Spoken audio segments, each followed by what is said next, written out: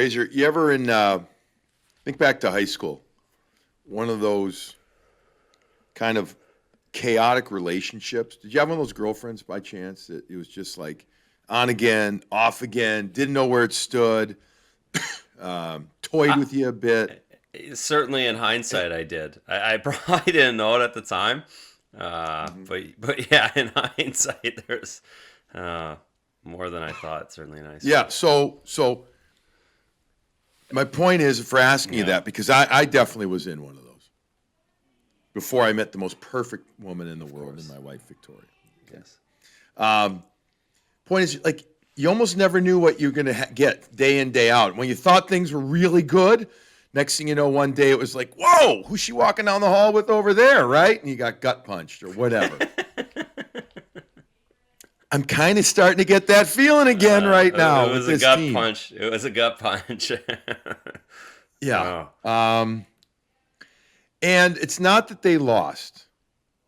It's how the Bruins lose as we welcome you into Morning Brew with Jaffe and Razor after the Boston Bruins get dominated 4-0 in a game that probably should have been 8-0 to the New York Rangers after beating them 4-0 the other night at TD Garden. So this one to me, and all the players that spoke and the coach that spoke after the game mentioned the words unacceptable, and they had other stronger words privately, I'm sure, too. And that's great. I'm glad that they recognize the same thing we did. But you can't deny, partner, and they can't deny, that this is not a concerning loss. Not because they lost, but how they got completely dismantled and had no pushback against the Rangers. no pushback, and it's so foreign to this organization, to this fan base, to us who analyze and watch, to see this team put an effort like that out there and be so inconsistent over the last 3 weeks, the way they've been. The staple of their game over the last dozen years has been consistency and structure and sticking to the game and never giving up. I mean, all the times we talked about them at the start of the year, never being out of a game. Tonight was we could never put those words out there for what happened in this game. And to your point, it should have been 4-0 in the first 12 minutes of that game today, and dead in the water. But it's so yeah, it's a concerning day, and it's frustrating because it's something that we just haven't seen out of this group before. So we're for me, I'm just not sure how to react because again, so many losses over the years. I've said, well, they're right there. You can't win every game. Those cliches, but for this one, it doesn't pertain. It doesn't. What makes this even more of a difficult decision for where you want to go emotionally with this team, mentally with this team, is that 4 games ago, in a game that was incredibly intense, incredibly physical, you saw this united front from the Bruins that dominated the Washington Capitals. And then you can, again, you don't like it, but you can tolerate, maybe a wrong word, that loss to the Devils, the 1-0 game. You're like, oh, okay, you come from the high, you go to the less emotional game, etc. Mm-hmm. They still had 40 shot. You could go through the numbers and Right, figure out right. why they should have And then won. they split the next two. They get an overtime loss, and then they win over the Rangers, looking good, feeling better. Not saying, none of us said, fans included, that everything was cured. But you're like, did what they should do. And they did it well. Anything but such on Saturday. And it was everybody except one player, Jaro Halak. One player that touched the ice. That's it. That's frustrating. That's frustrating. And again, beating the dead horse on the secondary, scoring the secondary players. But today is a game, and I'm watching it. That game is primed for someone to step up. Somebody that don't put that game today on the first line. Don't put that game on Charlie McAvoy. Don't put that game on those guys. Someone show up and take it by the horns. Whether that's Charlie Coyle, and I'm not even talking about the young guys who are in and out, a Trent I know. Frederick. I'm talking Vets. about a Charlie Coyle. I'm talking about a Krejci, Smith, a Coyle, Smith. Krejci. So Yep. like that, go. It's an afternoon game. Be the first one ready. You punch first in that game. Usually, the one who punches first in a 1 o'clock matinee game. If not, if you don't win, you have an upper hand for a lot of that 60 minutes. And those guys, beyond that first line, not one of them punched. Not one of them was ready to go at the start. It's interesting and it's frustrating. Right. And we talked about this doing the game on Nesson today. I was flying solo at the desk. At the desk, Very uncomfortable. Very uncomfortable. It's hard to At move the desk around for there. pregame. They got you on Very your hard to mark move there. around. They got Yes, you on your mark. The legs were twitching and everything. But after the game, I said on the air to Dale, I said, we talked about Frederick and Lemieux from pregame. And I said, this play right here, where Lemieux comes across the red line in warm-up, knowing exactly what he was doing, was the first punch. And the Bruins never responded. Even though Frederick tapped him and they yapped and whatever, Frederick never got his chance, or at least never got engaged. And but once it's 3-0, if you're Lemieux, why the hell would you? Yeah, forget it. Nice try, kid. Yeah. But that, to me, was indicative, in hindsight, of exactly how this game was going to go. Because instead of being able to find a way in the first 4 minutes, 3 minutes of getting involved, whether it's a scrap or a big hit or resetting the tone, so to speak, your opponent encroached in your territory and you weren't able to do anything about it. Nothing. I cannot imagine how Cam Neely felt. Oh, seething. The intensity, man, right and Donnie's intense as hell too. Mm-hmm. But especially, Cam being a physical, dominant force when he played. And the respectfulness, right? It's old school respect when it comes to the red line, and Mm-hmm. it's more trivial now. It might mean a little less to another generation, but for us. And for Cam and Don, like that used to be, if you cross that line, it's a bench clearing brawl in warm-ups. Like, right. No questions asked. That's just the way it was. And I get it, it's different now. I'm not trying to bring back the glory days. I'm just saying, as an organization, the Bruins would want to hold people accountable for that. And that's just a matter of beating them 5-0 nowadays. It's not going out there and having 25 Right. fighting majors. It's going out there and showing up. And to your point, that did not happen at all today. It just did not happen. So I don't want to go through everything, the plays that happened. I mean, the goals were the goals. The goals were, from the first shift on, the Rangers dominated with regard to speed, neutral zone, exits. They won so many battles. They executed at least a half dozen textbook body check for puck separation plays in this game, and winning battles and getting chances from it, that, they just did it. They were around the net.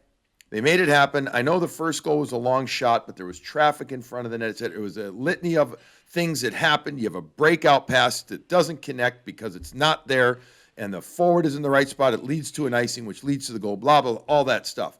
They got beat. And if it wasn't for Jaro, it should have been 8-0, maybe more. So I want to know, as a goaltender, Jaro might be different than you, but you could tell how pissed he was in that third period with the third, especially the fourth goal. All right? Yeah. Does he say anything after the game? Does he have to? Is it not his place to? What do you think? No, you might have already said something as a goaltender after the first, when you still have a chance to bounce back. I know, the couple, I probably similar to Jaro, where there wasn't a lot said, but there was a few periods that I was frustrated early in the game. By the third period, it's frustration, it's dejection, it's anger that you saw. But to come in at that point as a goaltender is a tougher spot. To go in and break sticks and yell and scream, you're not getting anything out of that at that point. You want to get out of there more than anything, probably. I would guess, and if this was me and I had played I've got my 52 shutouts in the bank, I would guess Jaro was out of that dressing room within 25 minutes of the final buzzer to get out of there and just get home and get away from everybody, just because nothing good's going to come out of what you say or what you think or how you feel. Get your gear off, get in the shower, get out of there so you don't have to talk to the media and just cool off. Because, again, you get home, it's 8 o'clock, you're okay at 8 o'clock at night. Yeah. It's like, all right, that was, but at the time as a goaltender, that's really frustrating to be left on an island. And as goaltenders, we know we're great teammates. We're make just as many mistakes as everybody else. We give up bad goals and we need people to bring us up. And we recognize that, and Jaro wouldn't be in the league anymore if he didn't recognize that. But there's games like today where you just need to get yourself away from everybody. So I would guess he was out of there pretty quickly after the game, and maybe had a glass of red as soon as he got in the door. I would hope so. Yeah. Or 3. He can afford the good stuff, too. Yeah, he's got the good ones, for sure. He's not bargain shopping at Total Wine like I am. On the low rack. The mix 6. I'm on the low rack. I am. Me Absolutely. If it's not a mix 6, forget it. There's no chance. No chance. Exactly. If it doesn't have the green dot or the mix 6 or something like that. I always look at the guy when he tries to upsell me to the $19.99 when I'm like, wait a sec, what else you got for $11.99? Exactly. Jaro doesn't need to do that. All right, the big reaction from a lot of fans, and look, we called them out. Everybody called them out. That's obvious. Okay, let's move past that. They stunk. Bad games happen. Bad efforts don't, though. And that's, again, what bothered me is the effort at times. I felt the lack of pushback. Because of not the bad game happening, but some of the other stuff, does this move management, you think, much closer to making a move much sooner?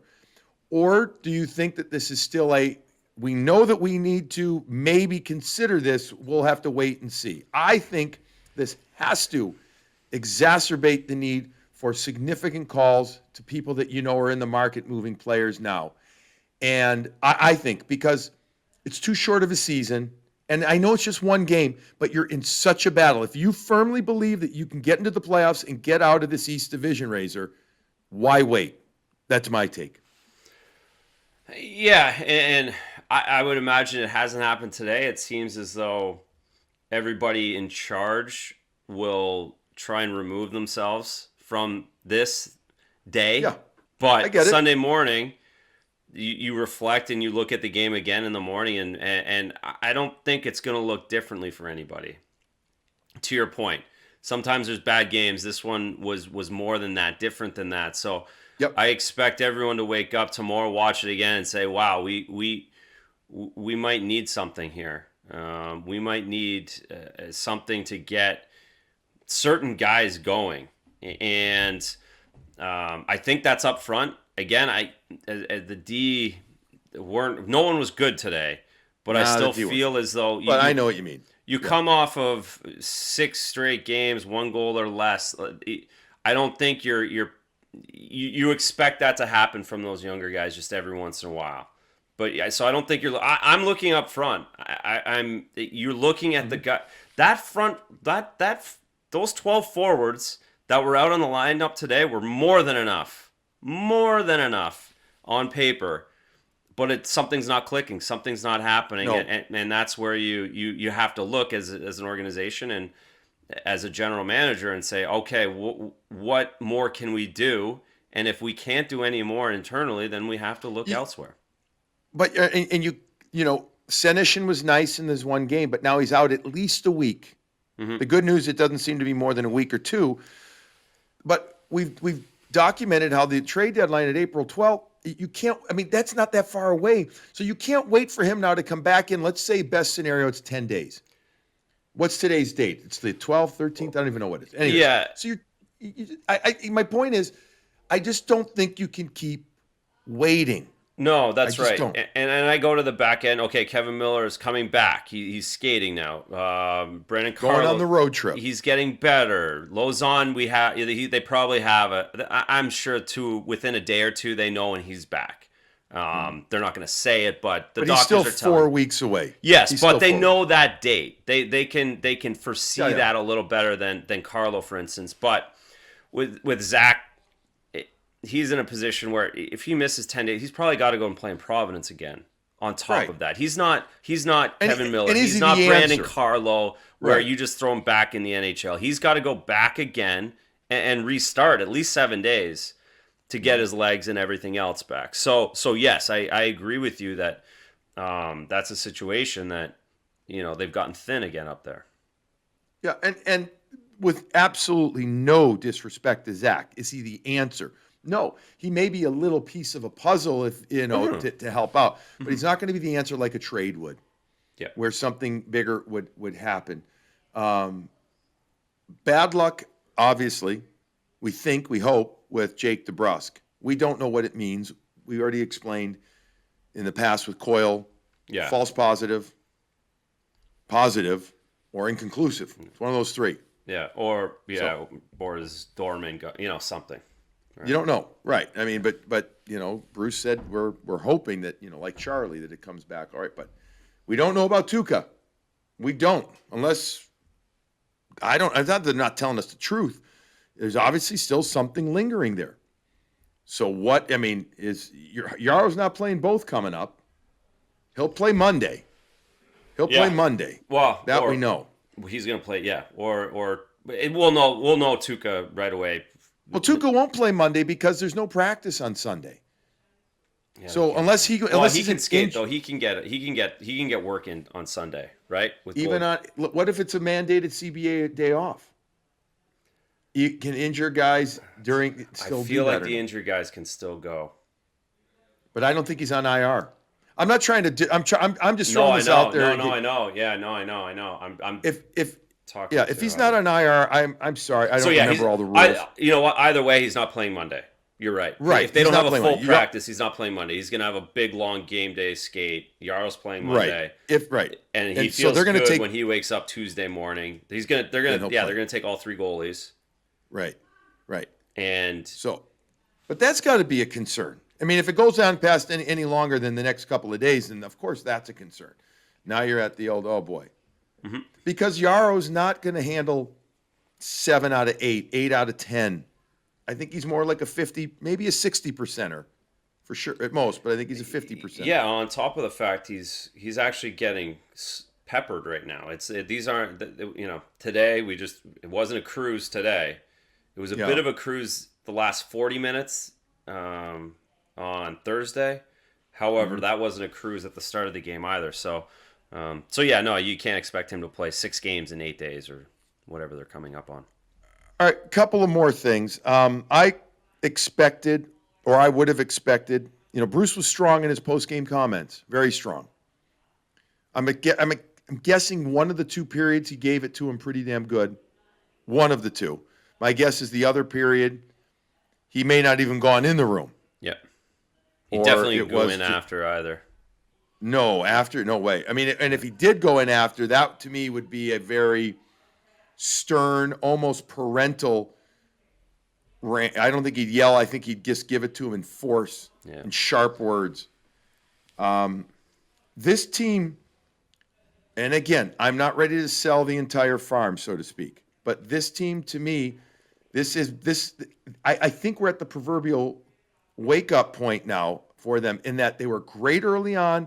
Lately, they haven't been, but if they're in a battle now, and if they start trailing, this is going to be very tough for this team to make the playoffs in this division. It's too good of a division.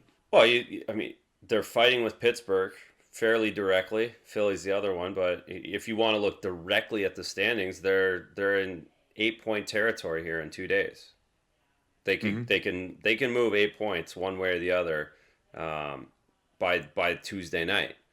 And so to that point, and maybe they're looking at it with these lesser teams that's saying, you know what, as long as we beat these 4 other teams, well, not the Islanders, but the 3 other teams, we're okay. That's dangerous. Very dangerous. Very dangerous. I just had that thought a little bit at one point during the game, and it's not. It doesn't make any sense. But if they're looking, they need to win now. They've put themselves in situations where they need to win all of these season series.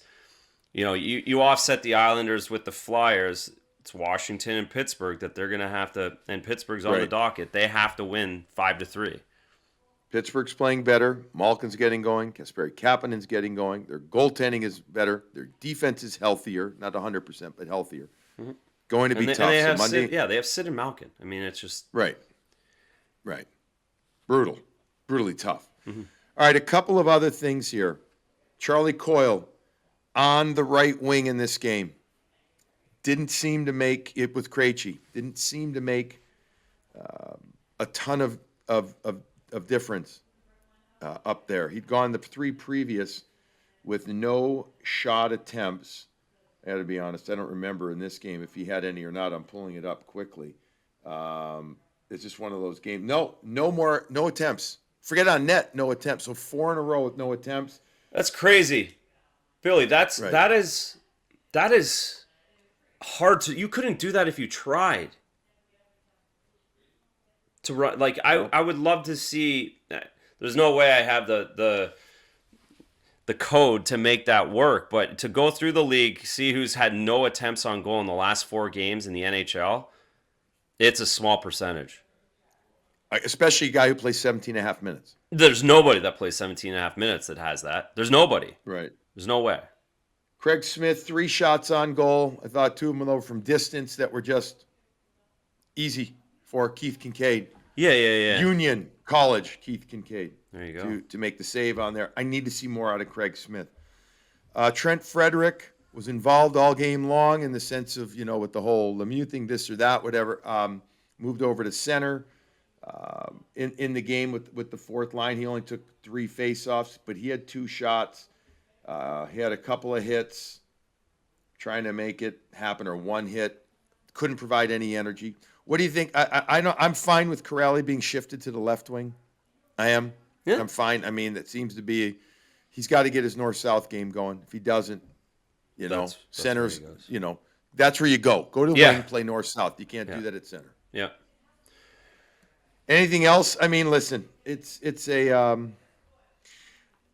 I've said it, I'm going to say it again. If you're going to be sick, get it out of your system. Don't hold it in and hope. Don't take something topical, in your upset stomach, get it out. But this one feels a little different. I try to be rational about things, Razor. It's probably much easier in this. I'm sure you've experienced this as a player where your team had a crap game. It wasn't just a bad game, but a bad effort. I'm sure it ate at you. But it's still easier for the players to handle it than it is for fans on the outside looking in, because you have no control over that stuff. That's right. And again, we've gotten to the point where now, as you opened up, we don't know what's coming on Monday. And as fans and being away from it, we don't know what they're feeling exactly inside. So now you're on pins and needles until puck drop at 7:00 to see what you're going to get. And that's, again, something that at least since I've been back, and I know playing against them in the early 2010s, late 2000s, that isn't the identity of this team and this organization, and it's something I haven't seen, and so that makes us all a little bit uncomfortable being on the outside. Now, I again, to sit on the fence a little bit, Patrice Bergeron, Brad Marchand, I have more than enough faith in those 2 guys to pull these guys' heads out of their you-know-whats. And to give them it doesn't have to come from Cam, the Don, the coaching staff. That's going to be in the room that it's unacceptable. It's just a matter of they can't just do it all on their own, though. Well, let's see, because Marchand, Bruce said he's playing hurt. Yeah. How hurt is he? We saw him get dinged up at the Ranger game the other day. Saturday, took warm-up, good to go, but wasn't jumping. Yeah. Let's see what he ends up doing. And hey, I think that's telling in how they feel about their scenario, where they're at, is that they're playing. If they're 10 points up on fifth place right now, Brad Marchand didn't play today. Yeah, of course, of course. So that I think listen, there's some worry there, for a lack of a better word.